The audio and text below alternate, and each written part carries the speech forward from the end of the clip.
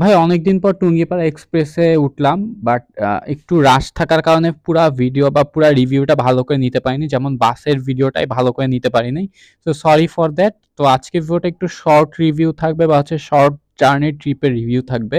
তো বেসিক্যালি ঢাকা থেকে গোপালগঞ্জ যাওয়ার মানে জার্নির এক্সপিরিয়েন্সটা আপনাদের সাথে শেয়ার করব। তো ভিডিওটা স্টার্ট করার আগে যদি এখন আপনি আমার চ্যানেলটাকে সাবস্ক্রাইব না করে থাকেন ভাই সাবস্ক্রাইব করেন, পাশে বেল আইকনটাতে ক্লিক করেন।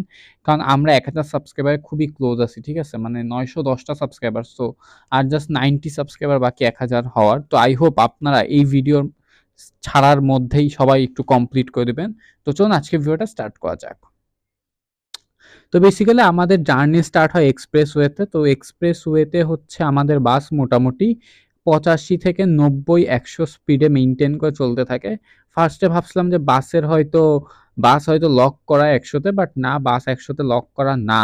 তবে বাসে যেই ড্রাইভার উনি হচ্ছে ১০০ র উপর তেমন একটা উঠায় নাই। উনি হচ্ছে জাস্ট সিম্পলি আ ৯০-১০০ এই এই রেঞ্জে হচ্ছে পুরা বাসটাকে চালায় গেছেন আরকি।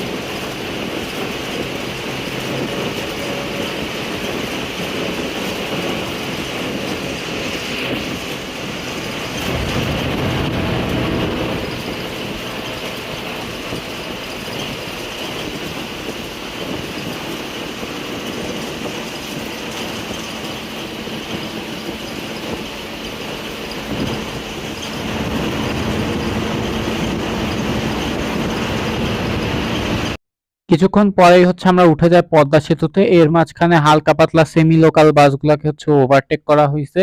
তেমন কোনো বড় কোম্পানির বাসকে ওভারটেক করা হয় না এবং বাসকে পাওয়াও যায় নাই। সো সামনে যে সোহাগ স্ক্যানিয়া দেখতে পাচ্ছেন ওইটা আমাদেরকে ওভারটেক মেরে গেছে ভাই, লিটারালি। আমাদের বাস ড্রাইভার খুবই সতর্কতার সাথে চালাচ্ছিল, কারণ বিভিন্ন জায়গায় স্পিড গান নিয়ে বসেছিল লোকজন। এই জন্য সে বিভিন্ন জায়গা বুঝে হচ্ছে স্পিডিংটা করছে, অনেক জায়গায় সাইটেও চালাইছে। সো ওভারঅল বেশ ভালোভাবেই সে চালাচ্ছিল। অ্যান্ড হচ্ছে পদ্মা সেতুর উপর উঠার পর যে ওয়েদারটা ছিল ভাই, এটা জাস্ট অসাধারণ, আপনারা দেখতেই পাচ্ছেন। সো আমি কথা না বাড়াই, আপনারা এনজয় করেন জাস্ট ভিউ।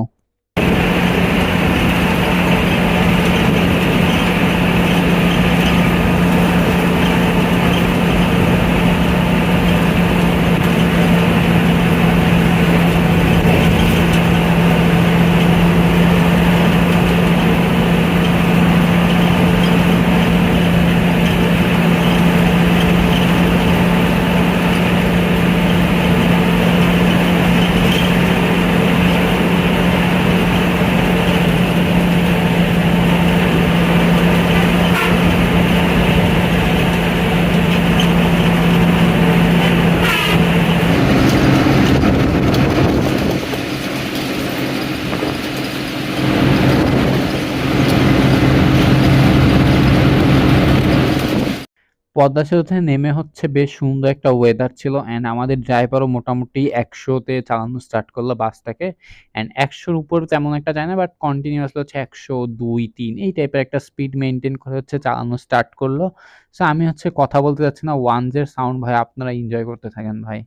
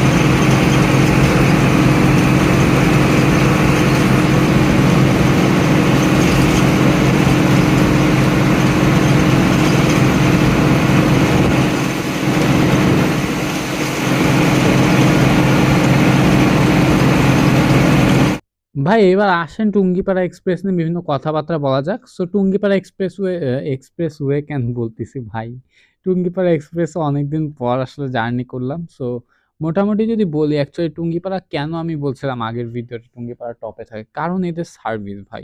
এদের সার্ভিস হচ্ছে টপ নচ। বাট আমি যেটা মনে করি, আমি পার্সোনালি যেই বাসটাতে উঠছি এই বাসটার কন্ডিশন খুবই বাজে ছিল।